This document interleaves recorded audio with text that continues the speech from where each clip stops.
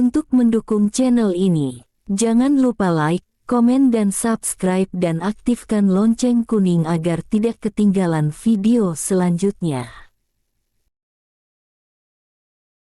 Siva melihat dirinya di cermin. Ia memegang bibirnya yang semalam kena sengatan dari tawon duda itu. Gus Fakih benar-benar membalas gigitan Siva. Awalnya ia hanya mencium bibir Siva lalu ia lanjutkan aksinya untuk membalas gigitan istrinya, tapi hanya sekilas tidak membuat luka di sana. Ciuman semalam membuat mereka akan melakukan hubungan intim, namun tidak terjadi karena tiba-tiba Hamzah terbangun dan menangis. Fakih langsung beristighfar karena sebenarnya ia tidak mau melakukan hubungan itu jika diantara mereka belum ada cinta. Ia tidak mau melakukan hal itu hanya karena nafsunya. Untung saja Hamzah menangis membuat dirinya sadar. Siva kira tidak akan berbekas gigitan suaminya itu, ternyata berbekas sama seperti di bibir Gus Fakih yang ia gigit. Ia memakai lipstik saja agar tidak terlihat, tapi sepertinya bibirnya itu sedikit bengkak, benar-benar seperti disengat tawon. Drur tring trong. Handphonenya berbunyi menandakan ada yang menelponnya. Ia lihat ternyata itu video call gabungan Yuda, Hasbi dan Aisyah. Siva langsung mengangkat sambungan teleponnya. "Assalamualaikum Kak Siva, Kak Yuda," ucap Hasbi dan Aisyah. "Waalaikumsalam," jawab keduanya. "Lihat deh, kita berdua udah dapet sampelnya Kak Azam," ucap Aisyah sambil menunjukkan plastik kecil yang berisi helaian rambut Azam. "Alhamdulillah, kok bisa deh? Gimana caranya?" tanya Siva penasaran dengan cara mereka mendapatkan rambut Azam karena menurutnya sulit untuk mendapatkannya. "Ada deh ceritanya, terlalu absurd jadi gak usah diceritain, yang penting udah dapet sampelnya." "Kalau kamu gimana Syif? Udah dapet sampel dari Fakih?" tanya Yuda. "Udah Kak." Siva menyandarkan handphonenya di cermin meja rias.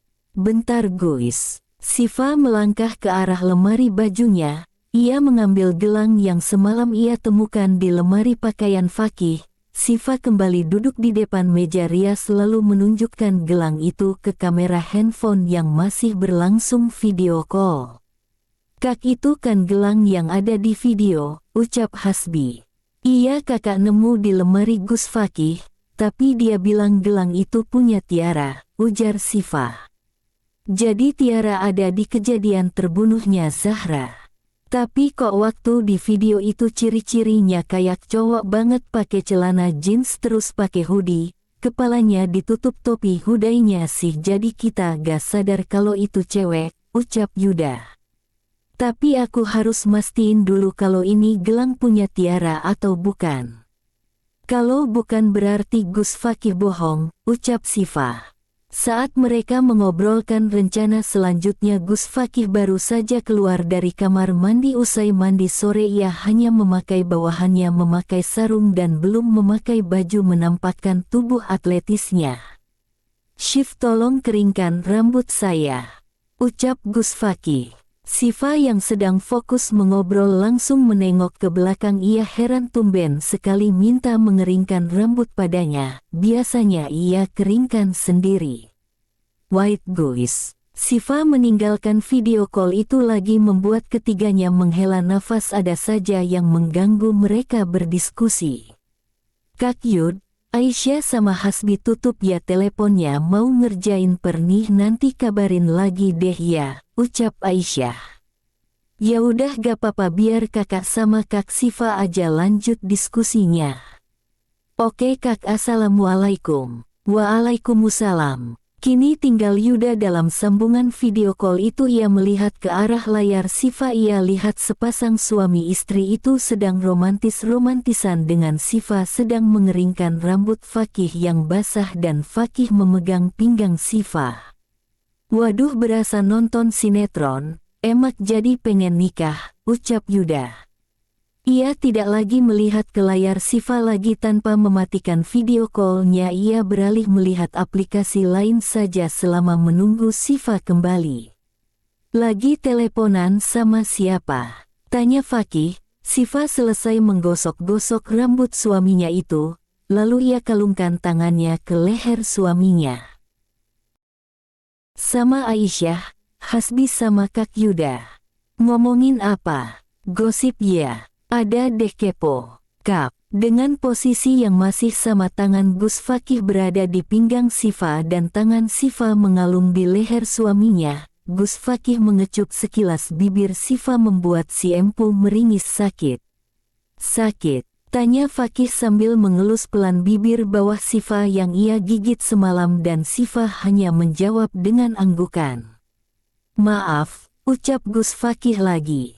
Woi please lah jangan buat jomblo ini iri, dari tadi mesra-mesraan mulu, teriak Yuda yang menyaksikan mereka lagi kemesraan pasutri itu.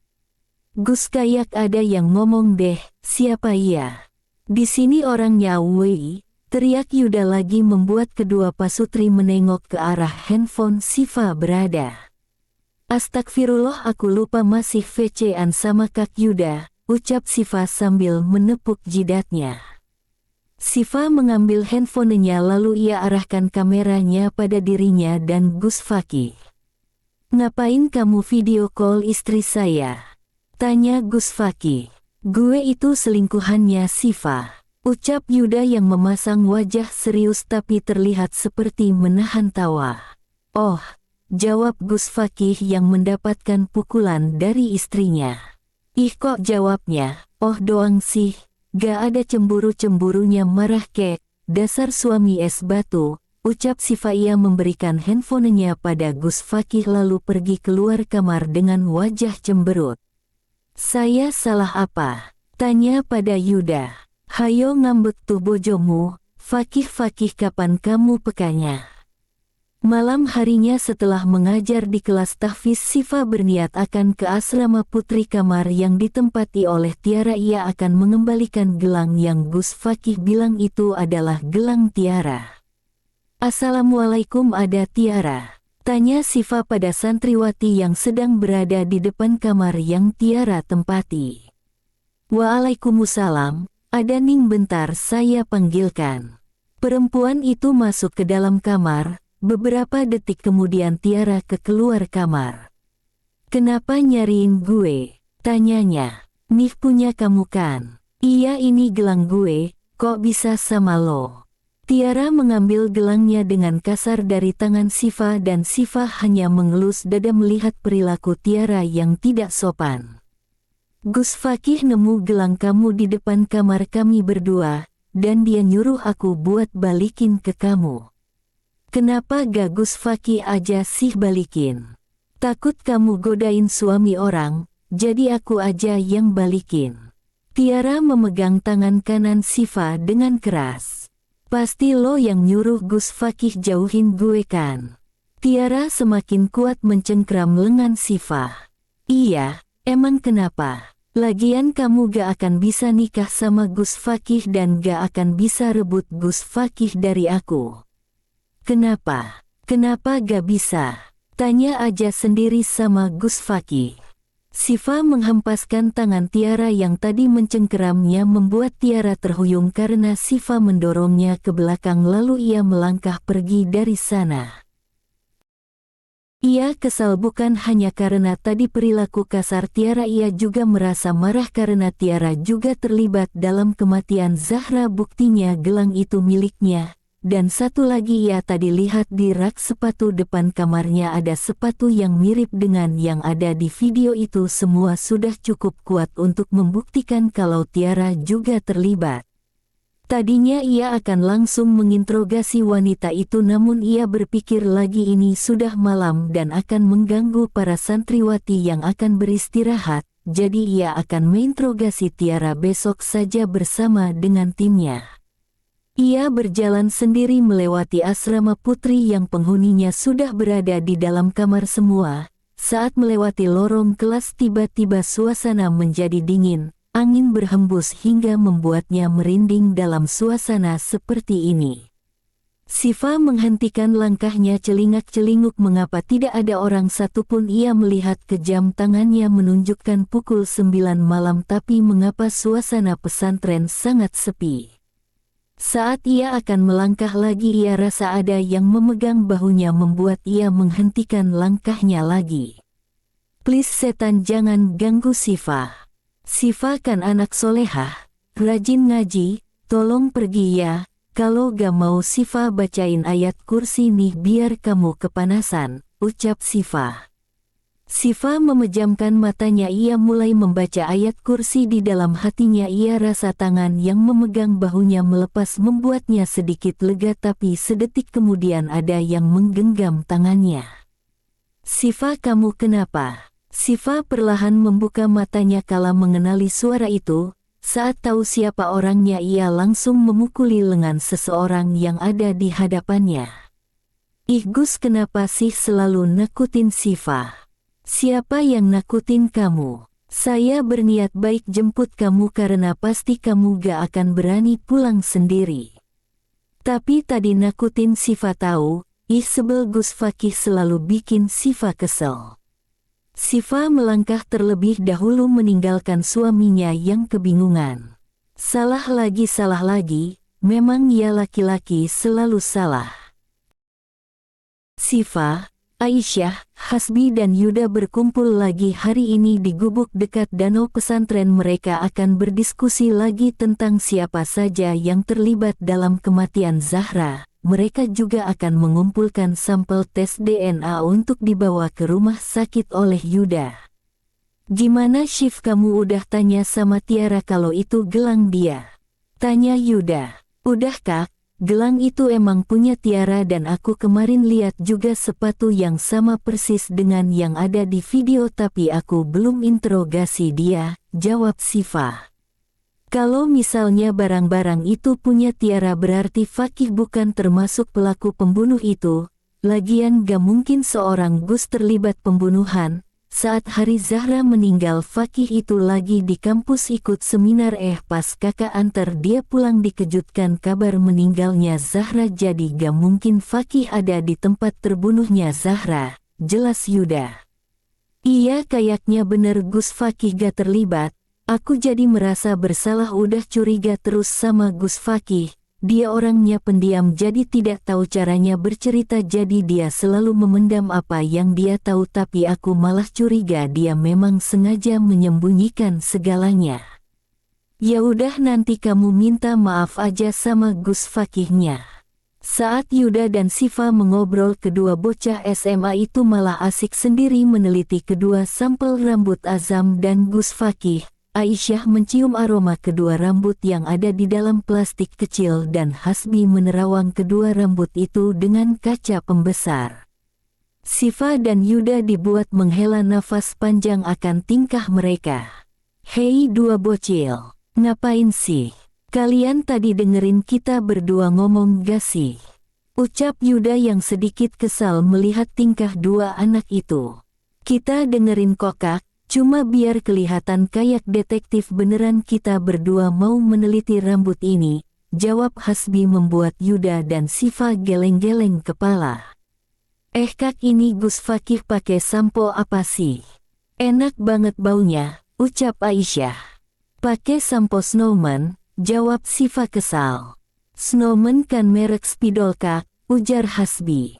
Sekarang ada juga merek sampo itu bahannya dari stroberi dan melati, jadi kalau mau punya rambut wangi dan bercahaya pakai sampo Snowman belinya gak jauh, cuma ada di Arab, ucap Siva dengan suara seperti orang mempromosikan barang dagangan.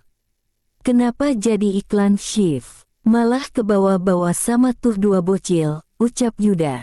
Gara-gara Aisyah nih. Maaf, ujar Aisyah. Tapi kata aku enakan bau rambutnya Kak Azam deh, ucap Hasbi yang langsung mendapatkan pelototan dari Siva dan Yuda. Sekali lagi kamu bercanda, kakak lempar ke danau buaya itu, ancam Yuda. Iya tutup mulut nih, orang dewasa mah serius mulu hidupnya, ucap Hasbi. Mereka berempat kembali mengobrol serius tentang rencana selanjutnya untuk menginterogasi Tiara agar anak itu jujur dan menjelaskan semua kejadian pembunuhan Zahra. Jika memang dia benar terlibat pembunuhan itu, pasti dia tahu siapa dalang di balik semuanya. Yuda memasukkan ketiga rambut itu, rambut Gus Fakih, Azam dan Hamzah, untuk ia bawa ke rumah sakit. Oke, berarti kita lakuin rencana ini besok ya. Jadi kita hapus nama Gus Fakih dari list karena dia udah terbukti gak terlibat. Nanti sore kakak bawa sampel ini ke rumah sakit. Kira-kira nanti malam kita dapat hasilnya, ucap Yuda. Kak Syif, mana ciloknya? Dari waktu itu kok gak dikasih-kasih sih? Aku udah bantuin dari awal loh, ucap Hasbi. Cilok terus yang dipikirin, balas Aisyah. Sifa memang sudah berjanji pada Hasbi akan membelikannya cilok jika anak itu sangat membantu di timnya. Kemarin dia lupa untuk membelinya, tapi hari ini tidak. Sifa sudah membeli cilok 2 bungkus untuk Hasbi. Ada nih kakak, beliin 2 bungkus sekaligus, ucap Sifa sambil menunjukkan cilok di plastik itu. Saat Hasbi akan mengambilnya, Sifa malah menarik kembali cilok itu. Sebelum kakak kasih ini, kamu harus jawab 2 pertanyaan. 1 cilok ini pertanyaan tentang tajwid dan 1 lagi tentang kisah Nabi. Kalau bisa jawab 1 berarti dapat 1 bungkus cilok. Kalau benar semua jawabannya dapat dua-duanya. Tapi kalau salah semua ciloknya buat Aisyah aja, jelas Sifa. Ia ingin mengetes Hasbi apakah dia cukup pintar dalam ilmu agama. Karena yang ia lihat anak itu seperti petakilan, hanya pintar dalam ilmu teknologi. Oke, setuju. Masa anak Ustadz gak bisa jawab pertanyaan itu, balas Hasbi. Soal pertama, jika ada nun mati bertemu dengan huruf syah, itu dinamakan hukum tajwid apa? Cara membacanya harus bagaimana? Dan berikan contoh. Buset, 1 soal tapi bercabang. Ya udah deh, aku jawab itu hukum bacaannya ikhfa, dibacanya harus samar dan contohnya min syari maholak. Bener, pinter juga kamu Le. Soal kedua, Nabi Musa alaihi salam telah menerima wahyu melalui dialog langsung dengan Tuhan yang Maha Kuasa. Di mana tempat itu Nabi Musa meminta Allah menampakkan wujudnya, itu terjadi di mana? Gampang nih kalau suka baca cerita Nabi. Hasbi tampak berpikir, jarinya ia ketuk-ketuk di dagu. Ia sedikit lupa dengan kisah Nabi Musa karena ia membacanya saat SD dulu. Gunung Tursina atau lebih dikenal Bukit Sinai, jawab Hasbi. Tepat sekali, nih ciloknya. Akhirnya ku genggam juga kau cilok. Sejak selesai mengajar tadi, Sifa terus memantau handphonenya. Ia menunggu kabar dari Yuda tentang hasil tes DNA-nya. Ia terus melirik ke arah pintu kamar berharap Gus Fakih tidak masuk dulu sebelum Yuda memberi kabar. Ia sesekali melihat Hamzah yang sudah terlelap tidur. Ting! Suara notifikasi pesan itu langsung membuat Sifa gerak cepat untuk membuka pesan yang berasal dari grup detektifnya. Nama grupnya cukup unik, Detektif Cilok. Itu namanya siapa lagi kalau bukan Hasbi yang memberi nama itu. Sifa tidak ambil pusing, terima saja apa nama yang diberi pada grup itu. Detektif Cilok, Kak Yuda. Picture. Itu hasil tes DNA-nya. Maaf kakak gak bisa telepon. Soalnya lagi ada acara keluarga. Jadi kakak kirim aja hasilnya. Nih, syukron kak, gak sabar nih nunggu dari tadi. Hasbi bocil Cilok. Aku udah buka fotonya, tapi gak ngerti hasilnya. Apa? Aisyah adikku. Sama, Aisyah juga gak ngerti. Sifa membuka foto itu, membacanya seluruhnya dan pada tulisan paling bawah bertuliskan bahwa Azam Malik sebagai ayah biologis dari Hamzah Nur Firdaus. Jadi ayah Hamzah itu Azam, tapi kenapa bisa suaminya Zahra kan Gus Fakih? Jadi ucapan Gus Fakih saat itu benar kalau Hamzah ini bukan anaknya tapi dia anak Azam, monolognya. Detektif Cilok, Nyi. Ternyata Hamzah anak Azam dan bukan anak Gus Fakih. Aisyah adikku. Lah kok bisa? Suaminya, Kak Zahra kan Gus Fakih. Hasbi bocil Cilok. Saran aku sih, mending Kak Sifa tanya langsung sama Gus Fakihnya. Sifa mempertimbangkan saran Hasbi. Bocah itu ada benarnya juga jika dia ingin tahu cerita sebenarnya hanya bisa diketahui dengan bertanya pada suaminya itu, siapa tahu Gus Fakih mau menceritakannya. Sifa menaruh handphonenya di meja belajarnya, lalu bangkit dari duduknya melangkah ke kamar mandi untuk berwudu sebelum tidur. 2 menit kemudian Sifa keluar kamar mandi, tapi saat membuka pintu ia dikejutkan oleh seseorang yang ada di hadapannya. Astagfirullah Gus, ngapain di depan pintu kamar mandi sih? Ngagetin aja. Saya nunggu kamu keluar, saya mau buang air kecil dan wudu, jawab Fakih. Sifa tidak berkata lagi lalu memberi jalan untuk Gus Fakih agar masuk ke kamar mandi. Sifa mengambil handphonenya lalu berbaring di atas ranjang dengan menarik selimut menutupi seluruh tubuhnya. Ia melihat lagi foto hasil dena itu. Ia jadi berpikir bagaimana bisa Zahra berhubungan dosa dengan Azam sejauh itu. Dan dia sahabat dekatnya tidak tahu mengenai hal itu. Ia terlarut jauh dalam lamunannya hingga tidak sadar jika suaminya itu masuk ke dalam selimut. Gus Fakih mengusap pipi istrinya lembut membuat Sifa keluar dari lamunannya dan langsung mematikan handphonenya membuat cahaya berkurang karena mereka sedang berada. Kenapa belum tidur? Tanyanya. Belum ngantuk Gus. Lagi lihat apa? Tanya Gus Fakih lagi saat dia masuk ke dalam selimut. Ia melihat istrinya itu begitu serius menatap layar handphonenya. Kalau mau tahu peluk dulu dong Gus, ucap Sifa. Fakih membuka selimut yang menutupi kepala mereka berdua, lalu ia jadikan lengannya untuk jadi bantal kepala Sifa sambil merapikan rambut Sifa yang terurai itu. Sifa tadi liatin ini, ucap Sifa sambil memperlihatkan foto hasil dena yang dikirim Yuda tadi. Tes DNA, buat apa? Ya buat buktiin perkataan Gusnya kalau Hamzah bukan anak Gus, dan sekarang Sifa tahu kalau ayah Hamzah itu Azam. Kenapa gak kasih tahu saya kalau kamu mau melakukan tes DNA? Ya kalau kasih tahu Gusnya pasti nanti gak mau, ya udah diem-diem aja. Ayo dong Gus cerita yang sebenarnya, kenapa bisa Zahra hamil sama Azam dan bukan sama Gus yang notabene-nya suami Zahra saat itu. Gus Fakih merubah posisinya miring melihat wajah cantik istrinya itu. Ia menarik nafasnya. Ini saatnya dia akan menceritakan yang sebenarnya pada Sifa. Istrinya itu berhak tahu juga.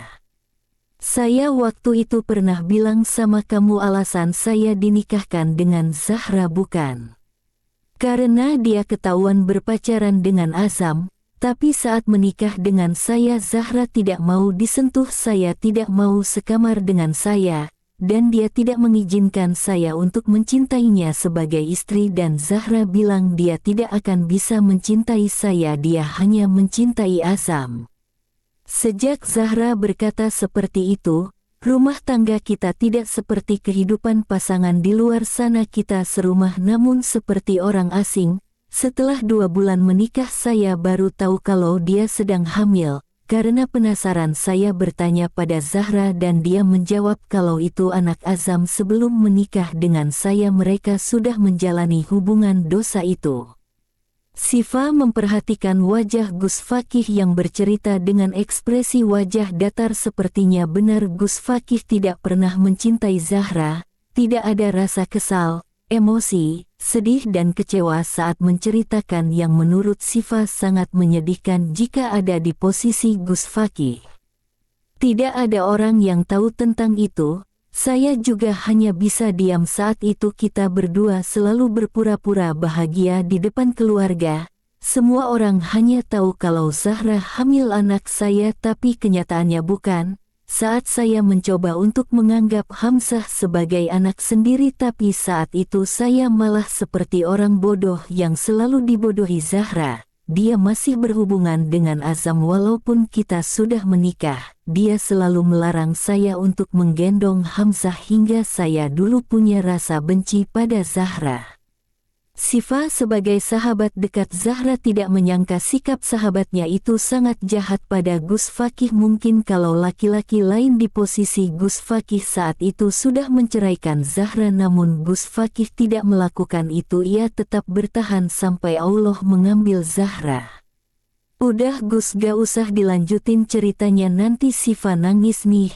Maafin Sifa ya, sering curiga sama Gusnya kalau Gus itu yang bunuh Zahra. Sifa juga sering gak percaya sama ucapan Gusnya. Maafin Sifa ya. Gus Fakih tersenyum tipis lalu mengelus pipi Sifa. Gak usah minta maaf, kamu gak salah. Saya mengerti kamu pasti sangat menyayangi sahabat kamu. Saat tahu Zahra bukan bunuh diri tapi dibunuh, semua orang pasti akan mencurigai orang terdekatnya.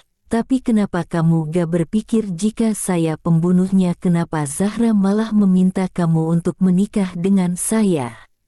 Bukankah itu akan bahaya? Iya juga, kenapa gak kepikiran ke situ ya? Sifa jadi merasa bersalah lagi nih. Sifa tiba-tiba menggigit jari jempol Gus Fakih yang sedang mengelus bibirnya tadi. Astagfirullah, hobi banget sih gigit saya, ucap Gus Fakih yang langsung menarik tangannya lalu meniup jari jempol yang tadi digigit Sifa. Lagian ngapain Gus ngelusin bibir Sifa? Suka aja. Pagi hari Sifa sudah berpakaian rapi. Ia akan pergi ke pasar untuk membeli bahan dapur yang sudah habis stoknya. Sifa menitipkan baby Hamzah pada Uma Fitri dan ia juga izin kepada mertuanya itu untuk mengajak Tiara karena dia akan melakukan rencana yang telah ia susun bersama timnya. Mau kemana? Tanya Gus Fakih saat melihat Sifa sudah membawa tas keranjang belanjaan. Ke pasar Gus. Mau saya antar? Gak usah Gus, saya ke pasarnya sama Tiara kok, pakai motornya Abi Ibrahim. Sifa harus menolak tawaran Gus Fakih, kalau tidak rencananya akan gagal. Sebenarnya ia ingin sekali jalan berdua dengan suaminya itu karena sejak awal menikah mereka belum pernah jalan keluar berdua saja. Kali ini Sifa harus menolak tawaran suaminya itu, padahal ini waktu yang tepat karena Gus Fakih hari ini libur bekerja, tapi apa boleh buat, dia harus tetap menjalankan rencananya. Nah itu Tiara udah datang, ucap Sifa sambil menunjuk ke arah Tiara yang baru saja masuk ke dalam. Assalamualaikum, ucap Tiara lalu duduk di sofa padahal tidak ada yang menyuruhnya duduk, sangat mandiri sekali. Waalaikumsalam, jawab Sifa dan Gus Fakih. Hati-hati bawa motornya, saya mau cek pembangunan asrama putra yang baru. Sifa mengambil tangan Gus Fakih lalu mencium tangan suaminya itu. Suka lupa deh, biasanya gimana kalau Gus mau pergi? Jari telunjuk Sifa mengarah pada kedua pipi, lalu kening, lalu bibir. Gus Fakih malah melihat ke arah Tiara yang sedang duduk dan fokus melihat handphone. Sebenarnya ia mengerti apa maksud Sifa itu, tapi ia merasa tidak enak jika melakukan itu di hadapan Tiara. Dia gak bakal lihat Gus, orang lagi fokus gitu, bisik Sifa. Gus Fakih memegang wajah Sifa dengan kedua tangannya lalu mencium kedua pipi, kening, dan terakhir bibir dengan secepat kilat. Lipstik kamu baru, ucap Gus Fakih walaupun tadi hanya mengecup sekilas bibir Sifa, ia masih mencium aroma dari lipstik yang Sifa pakai. Posisi masih sama, Gus Fakih masih memegangi wajah Sifa, jari jempolnya mengelus pelan bibir Sifa. Iya Gus, lipstiknya baru, rasa jeruk, enak ya. Mau nyoba Gus? Ucap Sifa pelan. Suaminya itu tidak menjawab. Gus Fakih malah lebih mendekatkan wajahnya membuat Sifa memejamkan matanya. Panas banget padahal masih pagi. ucap Tiara membuat kedua pasangan itu langsung menjauhkan wajah mereka. Siva mendengus kesal, nenek sihir ini mengganggu saja. Ya udah Gus, Siva sama Tiara berangkat ke pasar dulu. Assalamualaikum. Waalaikumsalam, fi amanillah. Ma'asalamah. Tiara dengan tatapan malasnya berjalan duluan ke arah luar, lalu diikuti oleh Siva yang sudah memakai helmnya. Sengaja banget romantisan di depan gue, ucap Tiara ketika sudah di dekat motor. Emang iya, biar kamu sadar kalau Gus Fakih gak bakal tergoda sama kamu, soalnya udah punya istri yang cantik banget kayak Siva ini, udah mulai bucin lagi. Tiara tidak menjawab lagi ucapan Siva, ia hanya menampakkan ekspresi wajah cemberut lalu menaiki motor yang akan dikendarai oleh Siva. 5 menit kemudian mereka berdua sudah sampai di pasar pagi, tempatnya tidak jauh dari pesantren dan jalanan pun tidak terlalu ramai, jadi Siva berani untuk membawa motor. Siva membeli bahan dapur dan sayuran yang sudah dicatat di kertas oleh Uma Fitri, ia memilih-milih sayurannya sedangkan Tiara dia hanya melihat tanpa ada keinginan membantu. Langkahnya pun terlihat malas-malasan, dia hanya mengekori Siva sejak tadi. Serasa sudah terbeli semua kebutuhan dapur, mereka berdua kembali ke parkiran. Siva membawa 2 kantong plastik, yang satu berisi alat dapur yang di dalam sudah rusak dan di satu plastik lagi berisi bahan-bahan dapur. Ia taruh kedua plastik itu di cantelan motor. Pulangnya gue aja yang bawa motor. Kalau dibonceng gue suka ngantuk, ucap Tiara. Ya udah nih kuncinya. Di tengah perjalanan Tiara rasa motor yang ia kendarai itu bermasalah seperti akan mati. Di belakang Siva malah tersenyum karena ia sudah memulai rencananya. Tadi ia sengaja tidak memberitahu Tiara kalau motor itu belum diisi bensin. Pasti sebentar lagi motornya akan berhenti. Ia melihat ke kanan kiri, suasananya sepi dan masih jauh dengan penjual bensin. Lah kok berhenti sendiri sih motornya?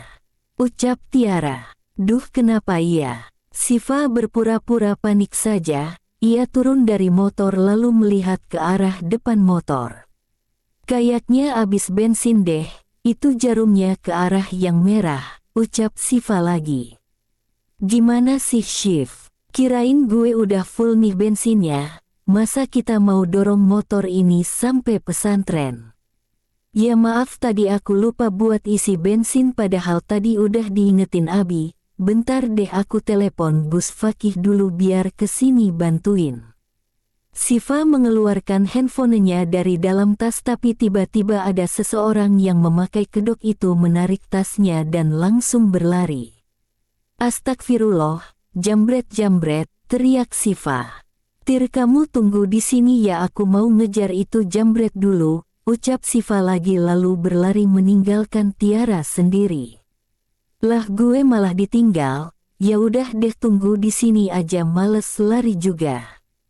Sebenarnya jambret itu adalah Hasbi, sejak tadi Yuda, Hasbi, Aisyah dan Raisa mengikuti Siva dari belakang dan akan melakukan rencananya saat Siva pulang dari pasar.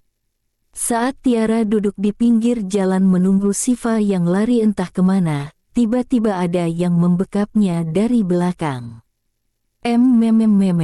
Tiara tidak sadarkan diri karena di sapu tangan yang membekapnya mengandung obat bius namun tidak berbahaya. Yang membekap itu adalah Aisyah dan Raisa. Mereka berdua langsung membopong tubuh Tiara menuju mobil tidak jauh dari sana. Yuda langsung membukakan pintu mobilnya saat Raisa dan Aisyah sudah di dekat mobil. Berat banget sih nih anak, berat sama dosa kali ya, ucap Raisa saat sudah mendudukkan Tiara di kursi belakang. Heh sembarangan kalau ngomong. Kayak yang gak punya dosa aja, balas Aisyah. Di sisi lain Siva masih berlari mengejar Hasbi yang tidak berhenti, padahal ini sudah cukup jauh dari tempat tadi. Kalau seperti ini ia jadi seperti mengejar jambret asli. Hei bocil cilok, ngapain masih lari sih? Ini udah jauh, ucap Siva yang membongkok memegang kedua lututnya. Nafasnya terengah-engah karena sudah lelah berlari cukup jauh. Siva pun duduk di trotoar pinggir jalan dan diikuti oleh Hasbi. Olahraga lari Kak mumpung masih pagi nih, ujar Hasbi. Olahraga matamu, capek tahu. Tidak lama kemudian mobil Yuda sudah berada di dekat mereka, keduanya pun langsung masuk ke dalam mobil. Jadi kita mau interogasi dia di mana? Tanya Yuda. Di rumah Gus Fakih dan Zahra yang dulu aja, aku udah bawa kuncinya. Ih Kak, kenapa ke rumah itu lagi sih? Nanti hantu penghuni rumah itu marah lagi loh. Ucap Aisyah sejak kejadian ketakutan karena kejanggalan di rumah itu, jadi Aisyah tidak mau lagi ke rumah itu. Tenang, kalau banyak orang hantunya gak bakal berani, paling si Hasbi nanti yang lihat. Setelah kakak deh, nanti Aisyah sama Raisa mah tunggu di mobil aja. Kini mereka sudah berada di rumah yang dituju. Ternyata Aisyah benar-benar tidak mau masuk, dia malah berdiam diri di mobil. Raisa ikut keluar mobil hanya membantu Siva membawa Tiara yang tidak sadarkan diri itu. Setelah mengantar Raisa malah kembali ke mobil untuk menemani Aisyah. Siva memercikkan air ke wajah Tiara agar sadar dari pingsannya. Tiara mengerjap-ngerjapkan matanya lalu perlahan membuka matanya. Ia kebingungan melihat orang-orang di hadapannya. Ngapain kalian bawa gue ke sini? Jadi ini semua rencana lo, Shiv? Mau kalian apa? Ucap Tiara sedikit tinggi nada bicaranya. Kita bertiga mau interogasi kamu, ucap Yuda. Maksudnya, sekarang aku minta kejujuran sama kamu. Apa kamu terlibat dalam pembunuhan Zahra? Tanya Siva to the point. Maksudnya apa? Zahra dibunuh aja gue gak tahu, yang gue tahu Zahra itu bunuh diri. Siva melihat ekspresi Tiara memang tidak ada kebohongan, namun ia tidak boleh percaya begitu saja. Nenek sihir itu kan pintar sekali berakting. Jawab yang jujur atau kita bakal buat hidup lo gak tenang, ancam Hasbi. Gue gak bohong, sumpah gue gak tahu apa-apa, jangan asal tuduh dong. Yuda memplay video yang berada di laptopnya lalu ia perlihatkan video itu pada Tiara. Apa lo inget kejadian tepat sama di kamar ini? Ucap Yuda lalu memberhentikan video itu tepat satu orang yang keluar kamar. Lihat orang yang mau keluar itu gelangnya sama kayak yang lo pake. Perhatiin lagi sepatu itu sama yang ada di depan asrama lo. Jelas Yuda, please, gue gak ada di kejadian dalam video itu. Waktu kejadian Zahra meninggal gue masih di Surabaya sama orang tua tiri gue. Gelang ini bukan cuma gue yang punya tapi Kiara kembaran gue juga punya. Dan sepatu itu pemberian sahabat Kiara. Please beneran gue gak bohong, jangan tuduh gue. Terus maksud ucapan kamu waktu itu apa? Kalau aku gak ngejauhin Gus Fakih nasib aku bakal sama kayak Zahra. Wajar dong kalau aku curiga sama kamu, ucap Siva. Walaupun gue gak suka dulu Zahra nikah sama Gus Fakih, tapi gue gak bakal sejahat itu sampai berani bunuh Zahra. Please percaya sama gue, jangan pojokin gue kayak gini. Bro. Tiba-tiba Hasbi menjatuhkan foto Zahra yang ada di meja. Tubuhnya seperti kejang-kejang membuat Siva dan Yuda khawatir melihatnya dan Tiara pun ikut terkejut melihatnya. Bi, kamu kenapa? Tanya Yuda sambil memegang pundak Hasbi. Anak itu menunduk tidak menjawab pertanyaan Yuda. Jangan-jangan kesurupan nih anak, ujar Yuda. Coba tanya aja, siapa tahu ngasih petunjuk. Dia tidak bersalah, dia bukan pembunuhnya, ucap Hasbi seperti suara seorang wanita dan jari telunjuknya menunjuk ke arah Tiara. Tubuh Hasbi kembali kejang-kejang lalu terhuyung menabrak tubuh Yuda yang berada di sampingnya. Udah sadar lo, Cil?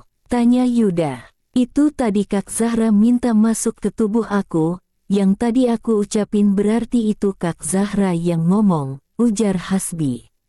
Jadi Tiara gak terlibat. Kita salah orang lagi dong, ucap Siva. Nah kan udah kebukti gue gak terlibat, jangan asal tuduh makanya. Ya maaf, soalnya sikap kamu tuh selalu mencurigakan. Aku mau kasih kamu satu fakta. Siva akan memberitahu Tiara sebenarnya kalau Gus Fakih itu saudara sepersusuan Tiara, agar wanita itu tidak mendekati dan berharap lagi pada Gus Fakih. Fakta apa? Fakta kalau gue emang gak mungkin buat nikah sama Gus Fakih karena gue saudara sepersusuannya. Gue udah tahu semuanya, Gus Fakih udah cerita semuanya, gue udah berusaha buat hilangin perasaan ini Shiv, jadi lo tenang aja. Gue ingetin lagi, jangan sampai lo salah orang lagi berikutnya, jangan pernah lo selalu berburuk sangka sama orang sedangkan lo gak tahu kenyataan itu kayak apa. Ucap Tiara lalu bangkit dan keluar kamar. Bersambung.